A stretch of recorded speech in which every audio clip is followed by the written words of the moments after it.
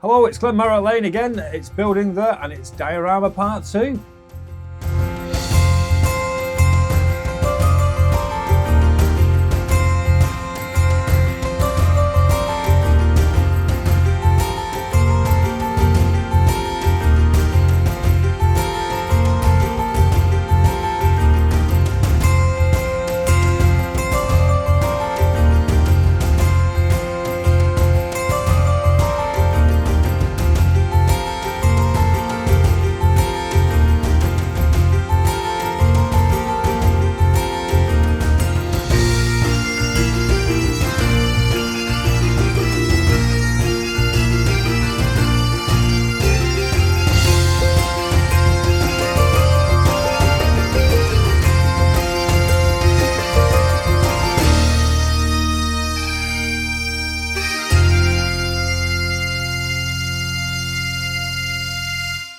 And in today's episode, we're going to be taking a look at the detail work that goes into making something pop. Now, the techniques that we're using in this particular episode now are going to be what we're going to be applying to the layout in season 2 of the layout updates. There is one more layout update coming out, which will be out on Saturday. But in the meantime, sit back, grab yourself a coffee, as you did with the last one, and enjoy what you're about to see.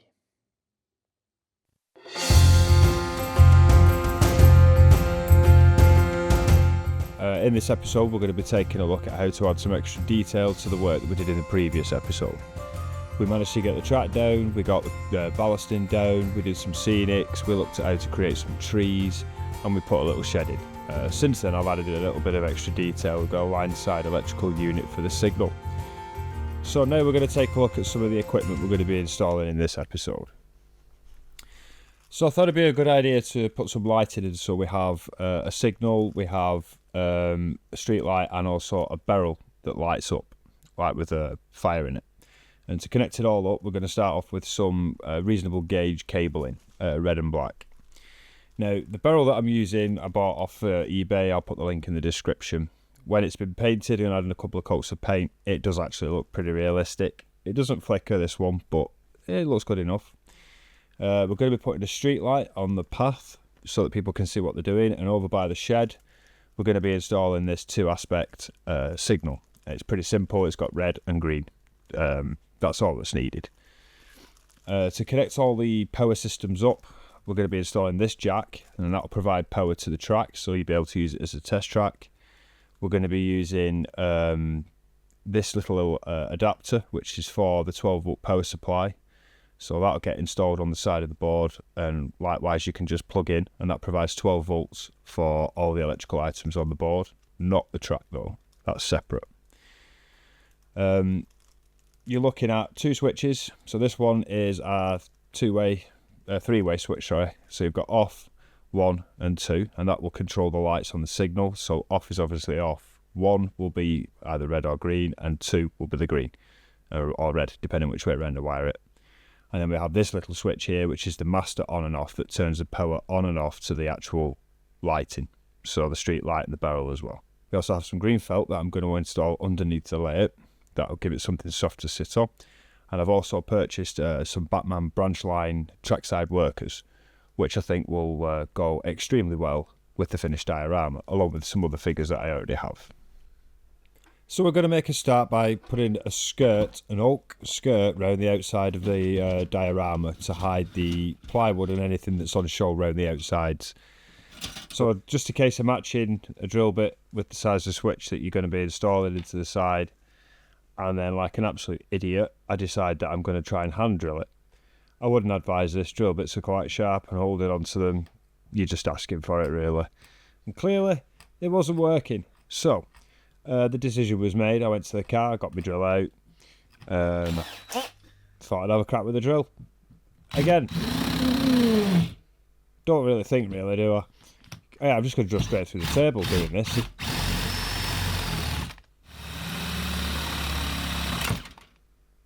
Now, this is a lesson in how not to use a drill with a very large, very sharp HSS drill bit.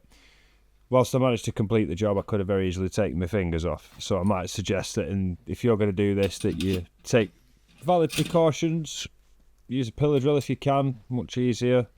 If you haven't, just be careful, because these are super sharp. And then you just continue through, marking out where you need to, cutting holes, using the drill bit. I actually made a bit of a pig's ear of this, to be honest. I am no carpenter. I am a modeller, but I'm not a carpenter, that's for sure. Switches were all over the place. However, ultimately, this is the back of the diorama. People don't see this, and it is purely designed for functionality rather than aesthetics. These things are all going in purely to power the layout and to provide a service.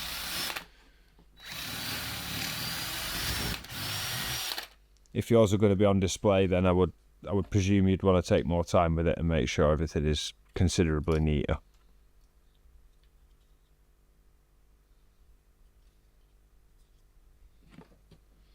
So ultimately, once you've completed installing all your switches, you get something that looks higgledy-piggledy quite like that. But having said that, it works.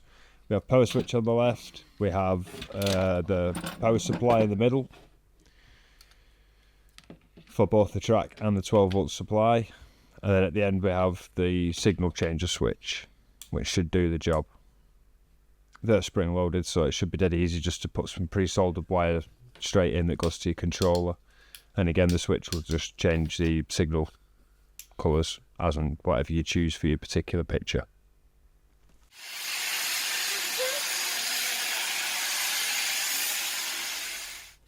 So now it comes to painting the pieces of oak that are going to surround this layout. Now I've found the best method for this, because it's oak and I want to use like a brown paint. It's an old car sponge, and I've just cut it up into sections using a pair of reasonably sharp scissors. You don't need a massive piece because we're only painting a small area anyway, so you know, a couple of cuts into this, get it down to a reasonable size so that it's big enough for me to handle without getting my hands covered in paint. However, I'm not wasting sponge because I can use plenty of that later on other projects. Now the paint I'm using is pretty basic. It's brown graduate acrylic, available from Range. It's been watered down 50-50 to make it just, it's more like a stain than a paint. The application is fairly simple. You just dip the sponge in, squeeze it out, time to get going.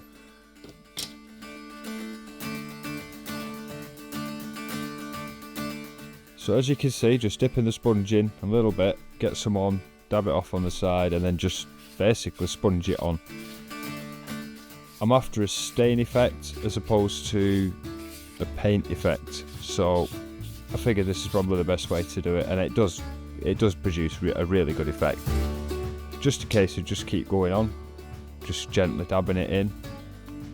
Don't make sure there's not too much on the sponge, because otherwise it starts pooling and it can look a bit patchy and a bit messy then. But yeah, you just keep basically just sponging it on, and eventually after 2 or 3 coats you get a really good finish with the oak, as you can see. The features come through quite well doing it this way, and it's not the basic oak, it has got a level of protection on it now, but most importantly it looks a lot better than it did when we started, substantially better anyway.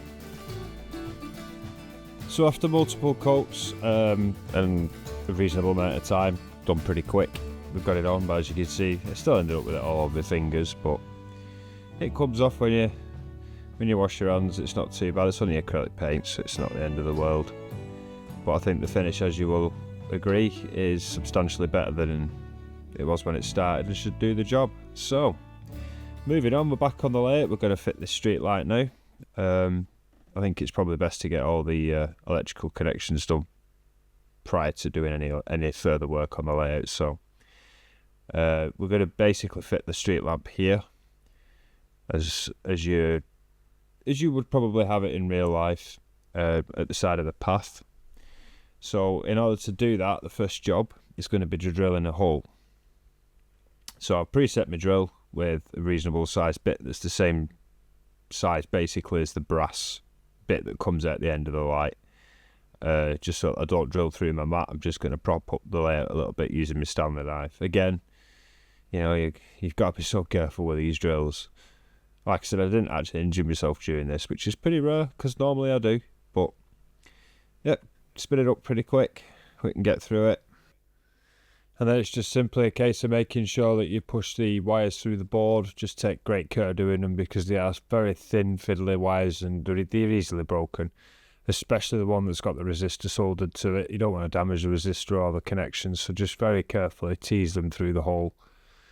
Some lights do come with resistors, some don't. Some only require 12 volts, some require much less. So just double check your products before you fit them. Otherwise, you're likely to plug it into the power supply. You'll get a very brief strobe and then they'll never work again. Alright, so now it's time to fit the barrel light.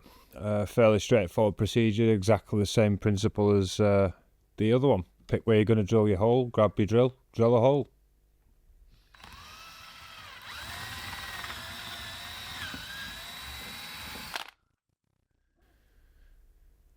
So once you've drilled your hole, it's the same principle again. You need to feed your wires through very carefully. Just being careful not to kink them, damage them, break them in any way, shape or form. In this particular case, I've half a mile of wiring to feed through, so you might also want to trim your wires down before you start feeding them through. And then it's just a case of dropping it into position.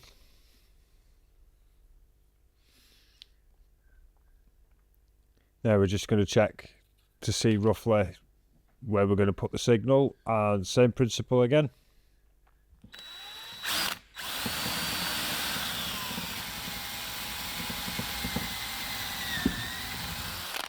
As you can see, I am super careful with this drill. I really don't care whether I drill my fingers off or not, and I really should. I can't stress to you enough how risk assessments, that's what it is.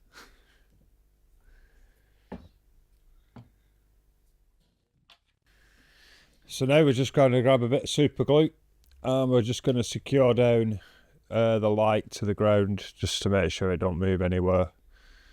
There are other ways of gluing this down, but for what it's worth, it's going straight onto the cork. It's a nice even surface. We'll get a good bond with super glue. So super glue it is. Don't apply too much for obvious reasons, and try not to hold the bit you've just glued either, because you tend to find that when you go to let go, you can't get let go. So that's the electrical items been fixed to the board. So now it's a case of building up the scenery around these items. Now I deliberately didn't put any greenery in this corner so that I had a nice flat base to glue things down to. So now it's just a case of exactly as we did in the previous video. You're using a mixture of PVA and water and a little tiny bit of dish soap, and we're just going to add a nice layer down, let everything soak in, and then that will give us a good base to actually apply the scenics to. Now the greenery I'm adding around the outside of the signal, I have to be very mindful of the ladder. It's 2-aspect signal. It would have been maintained, but it is maintained. All signals are. So someone's got to change the light bulb. How many rail workers does it take to change a light bulb? Good question. However, there will be a path going to the ladder. So, given there's a line side opposite, I'm going to apply the scenics very carefully, leaving a little bit of a path, which I will emphasise later using painting techniques. And I think I'm probably going to be using one of the Batman line side figures at this particular point as well. So, yeah, using a small electronic screwdriver just to move the scenics out of the way so that I have a path.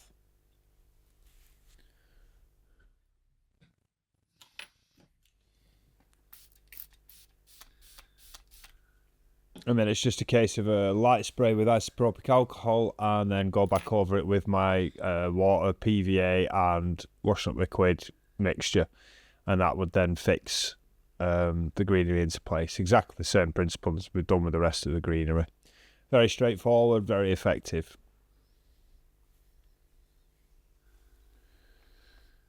Alright, so now it's time to put some feet onto the boards. We do need to stand this off the floor a little bit, because for obvious reasons we've got cabling underneath and that. So a couple of scrap pieces of wood, a couple of blobs of gel super glue, Just position them nice and neat on the corner at the front and all four corners basically.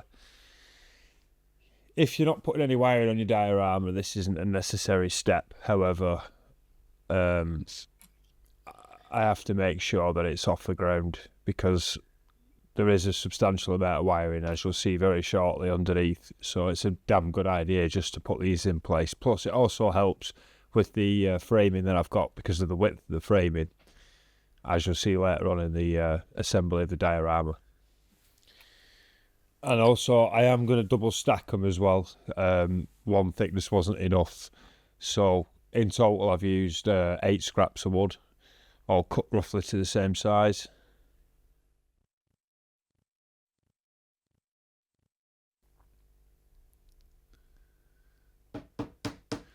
So now we take the pieces of wood that we set up earlier on and we're giving a nice coat of paint. They're dry by now. We're going to use some panel pins, and I'm just tacking them to the piece of wood to make it easy to apply them later on.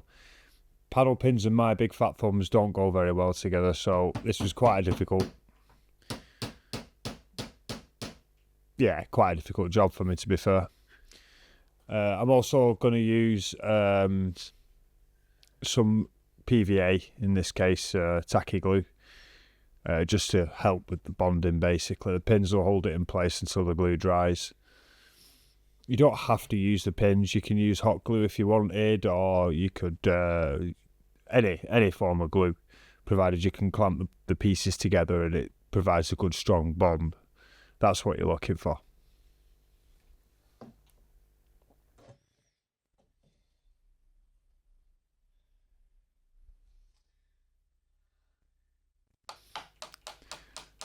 One thing's for sure, I don't know how I managed not to hit my thumb during this, but you can see all the loose ballast bouncing around now on the board. That just shows the stuff that hasn't actually glued down properly. We'll be dealing with that later on, when we actually eventually turn the diorama upside down to do the wiring. Any loose stuff will fall off, then you know you've got a little bit of patching to do, or a little bit of extra scenics where it's not glued properly. It's fairly easy just to spot the stuff you've missed and just touch it up. If you weren't using panel pins, you wouldn't have that problem.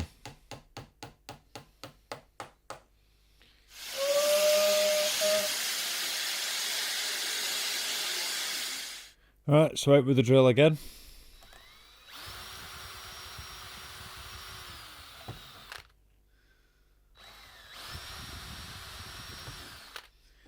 This time we're drilling 2 holes to provide some droppers for the track. Picked a relatively inconspicuous place to do it. I've done them on the inside of the rail. You just turn them 90 degrees, pre-solder the end of the piece of wire, well, as they call tinning it. And then it's just a case of twisting the wire towards the track from the underneath, heat it up, solder it to the rail.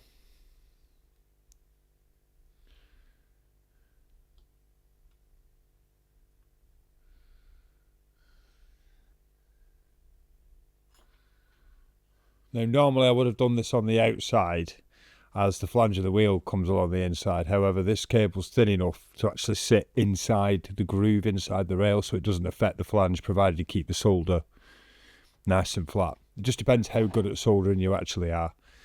So the 2 wires that come from the tails from the track, they then get soldered to the back of this connector. Fairly straightforward procedure. Of course, everything's pre-tinned, fluxed. Nice hot soldering iron. Don't leave it on the connector too long, otherwise you'll melt the plastic. But yeah, that's it, as you've seen. Straightforward enough. Push them back through the hole now, and reattach with the screws. So once this is complete, this now allows you to plug your controller directly into that piece of track, so you can actually power your loco if it's sound activated on DCC. You'd be able to run your sounds on your diorama and things like that, or you can just basically run the loco backwards and forwards if you wanted to test it. It's a diorama. It's what it's there for. You can either play with it, or it could be a static exhibit. So now, using the stand with the clamps on, I'm going to be applying tails to all the rest of the switches now. This particular switch is the one for the 2-aspect signal, so there'll be 3 wires being soldered to this.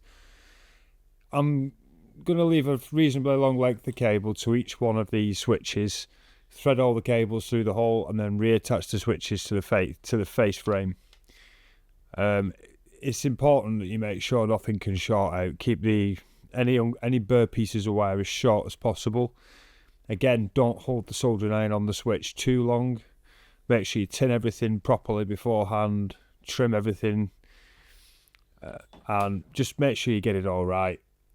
There's nothing worse than having something short out, you can't find where it's coming from, and you're damaging the equipment in the process. So just take your time with it.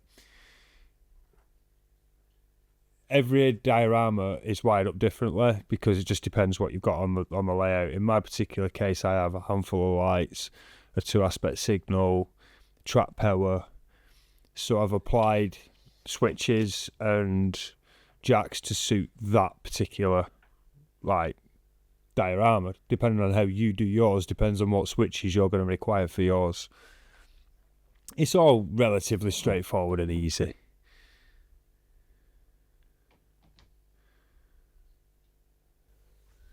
The key thing is take your time with it.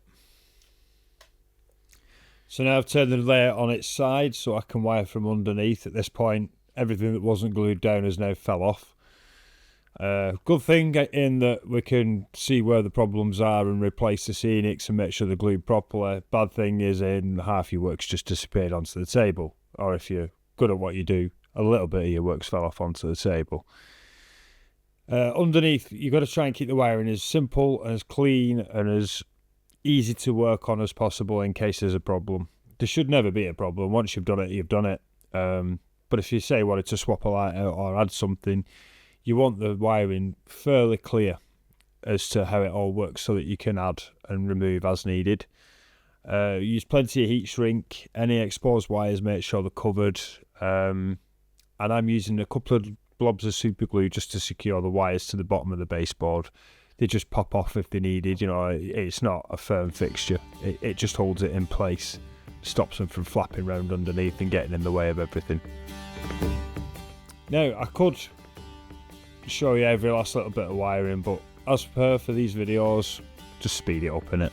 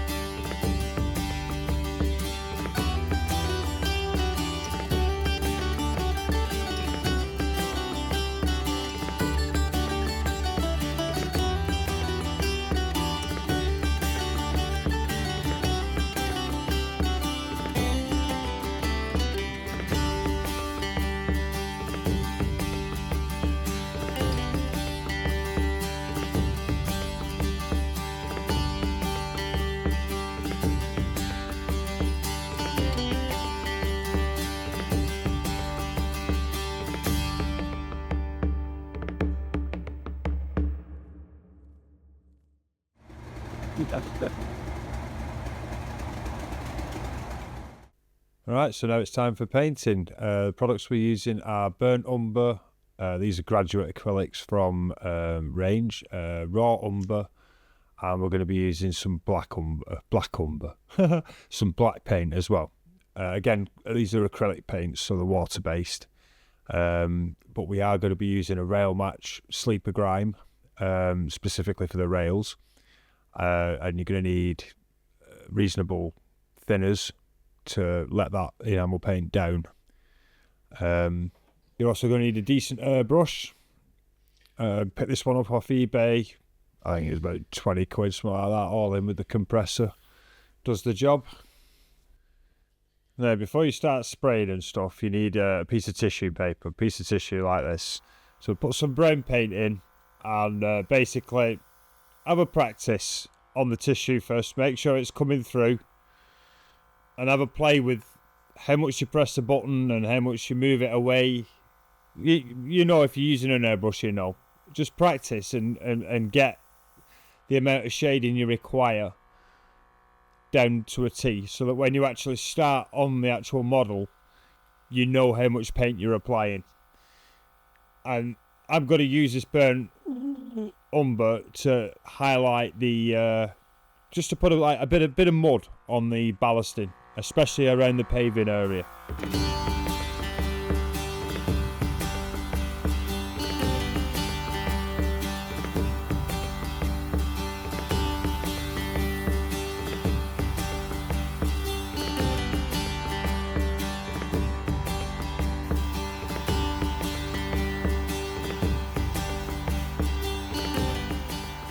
Now, as I start applying it, I'm doing it very light coats, small amounts at a time, and letting the paint build up, and it's getting an opportunity to dry first before it gets any more over the top of it.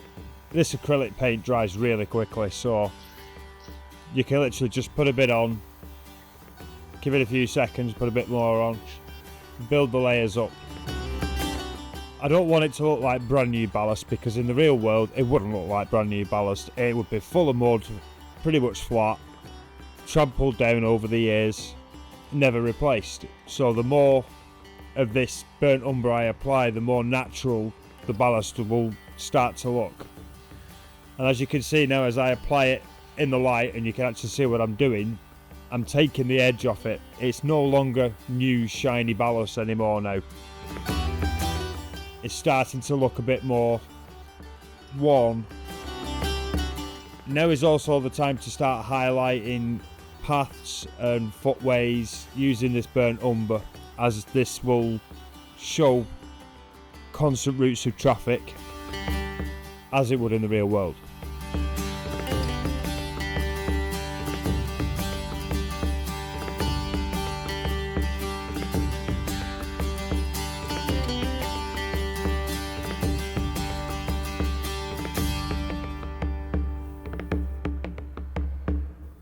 Now at this point I've switched to a bit of black, and I'm just going to put a coat of black over this particular area. I just want to bring the shade down a touch.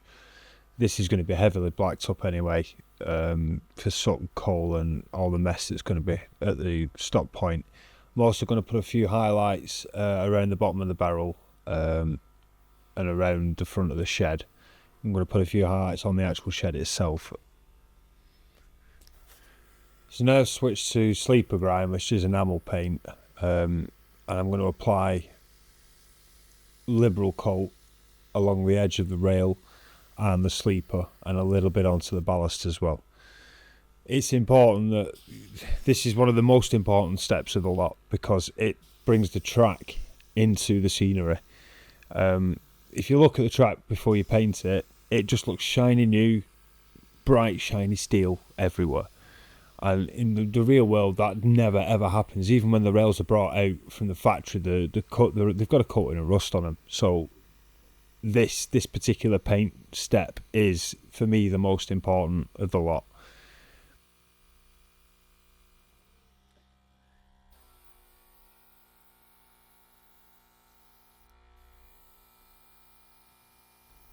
Making sure you get both sides of the rail as well is critically important. You want this to look right from every direction you look at it. Even if you are stood behind it, looking at all the wires, like from this point of view, you still want it to look right.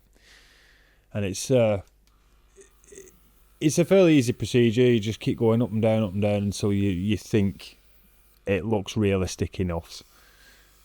Touch up any areas that don't quite look right to the eye. Just look at it from every angle. Make sure you've got good light, and you'll know when you've got enough on. It'll just look right.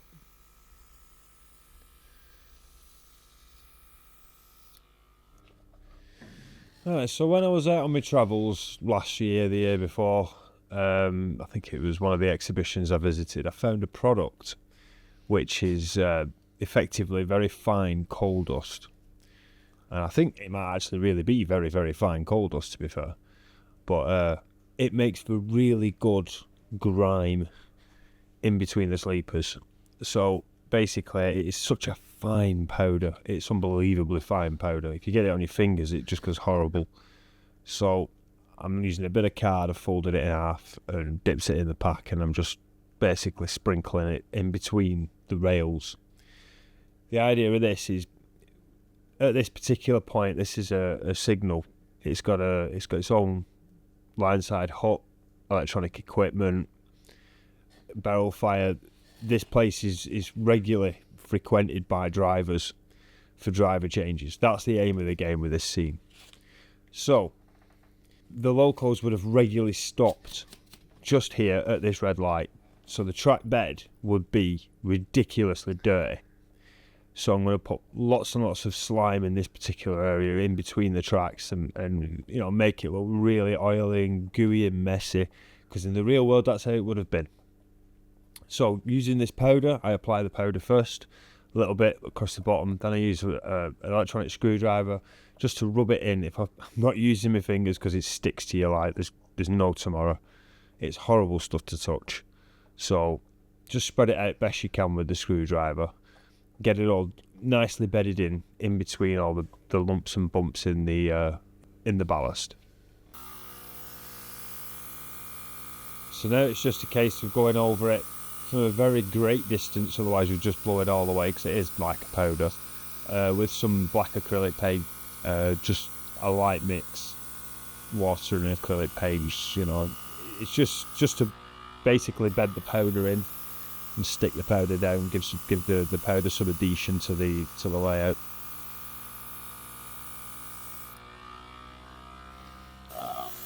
Use the opportunity just to touch up any bits that I think need a bit of attention with the black paint anywhere. Right.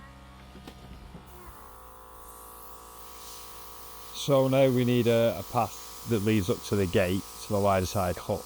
So it's just a case of getting a bit of the burnt umber and just basically very slowly backwards and forwards and just pick out a path and just draw it in basically.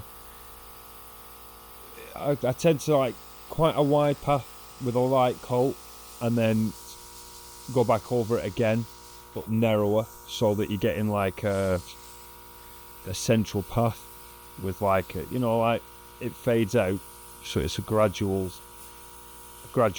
fade from really dirty in the middle to very light dirt around the outside. It's trying to get it as natural looking as possible.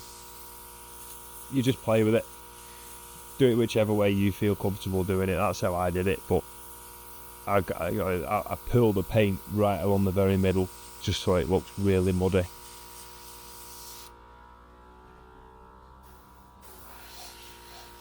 At this point I thought, well, since I've got the brown out, I'll do a bit of highlighting on the Metcalfe building. It's pretty basic and the seams short, so they need painting basically. I thought if I use a bit of brown, it'll just indicate a bit of rust.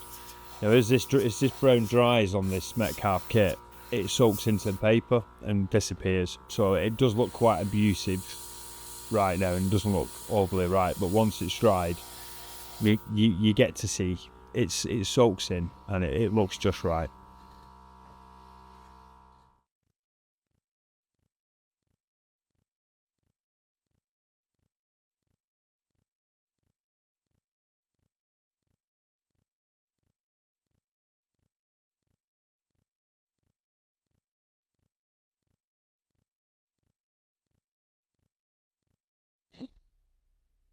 Right, so now we move on to the last job of the second to last job of the diorama, and that's sticking on the figurines. I'd wait till this stage until you start having to think about where these are going to go. Once the scenery is done, you know where the bushes are and you know where the footpaths are, and it just makes things a lot easier just to get them into place. Stick them down. In this case, I'm using a little bit of super glue, but you can use a bit of black tack or blue tack, or if you want to move them around, or PVA if you don't want to go down the super glue route. To be honest, the hardest figurine I had to fit on this diorama was this little guy here. Now, trying to get him to sit with one foot on the ladder was kind of hard work, but eventually he stuck. Now, I'm also placing one at the side of the track a little bit further up. Now, the intention is when the loco stops at the light, he will be able to talk to the driver, so it will give another bit more depth to it. So now we've got a couple of figurines to attach at the footpath. We're going to put like one almost at the gate, making his way up to the gate as if he's going to cross the line, and I'm going to put a couple of people at the back, two ladies as it happens, having a chit chat. I've also put one figurine on the fence. He's having a nosy at the loco that's obviously parked up at the lights. I think that's pretty much it as far as I want to go with the figurines. We don't want to overdo it too much. Now, the last job, very last job, I'm going to use a little bit of actual raw burnt umber and just place big blobs of it on the footpath. Now, when this dries, this will make it look like puddles of mud. I did pull the paint up a bit when I sprayed it, figured it would probably be better using a little bit of paint just to add a little bit of a final touch to it. And there we have it, completed. A little bit of touch up required on the grass, a little bit of paint here and there, but that's pretty much all you need to know to make your own diorama. So let's have a nosy at some of the pictures that have been taken using this diorama, and gives you a good idea on what you can actually do with it.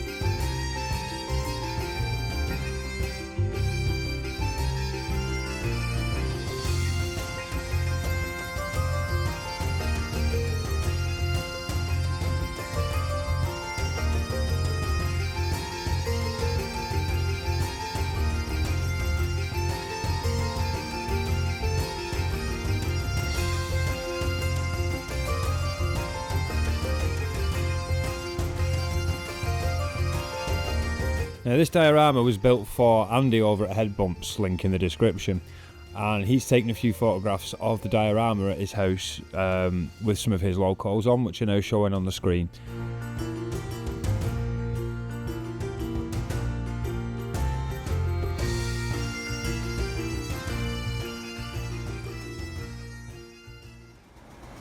Look at what's up now?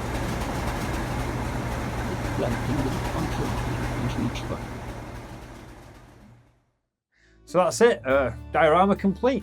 As you saw in there, it's come out an absolute treat. Well pleased with the way that it came out, and the techniques used in there and the finish in there is what we're going to be applying to this layout over the next season, season 2, which will start very shortly. As you're aware, if you'd have been watching one of the little build updates, we do have a nice little surprise. Deep Glen is coming very soon. That'll be launched before season 2, I would think. But yeah, like and subscribe so you can keep track of where we're up to and what we're doing. And I shall see you all in the next episode of whatever it is that we put out very soon.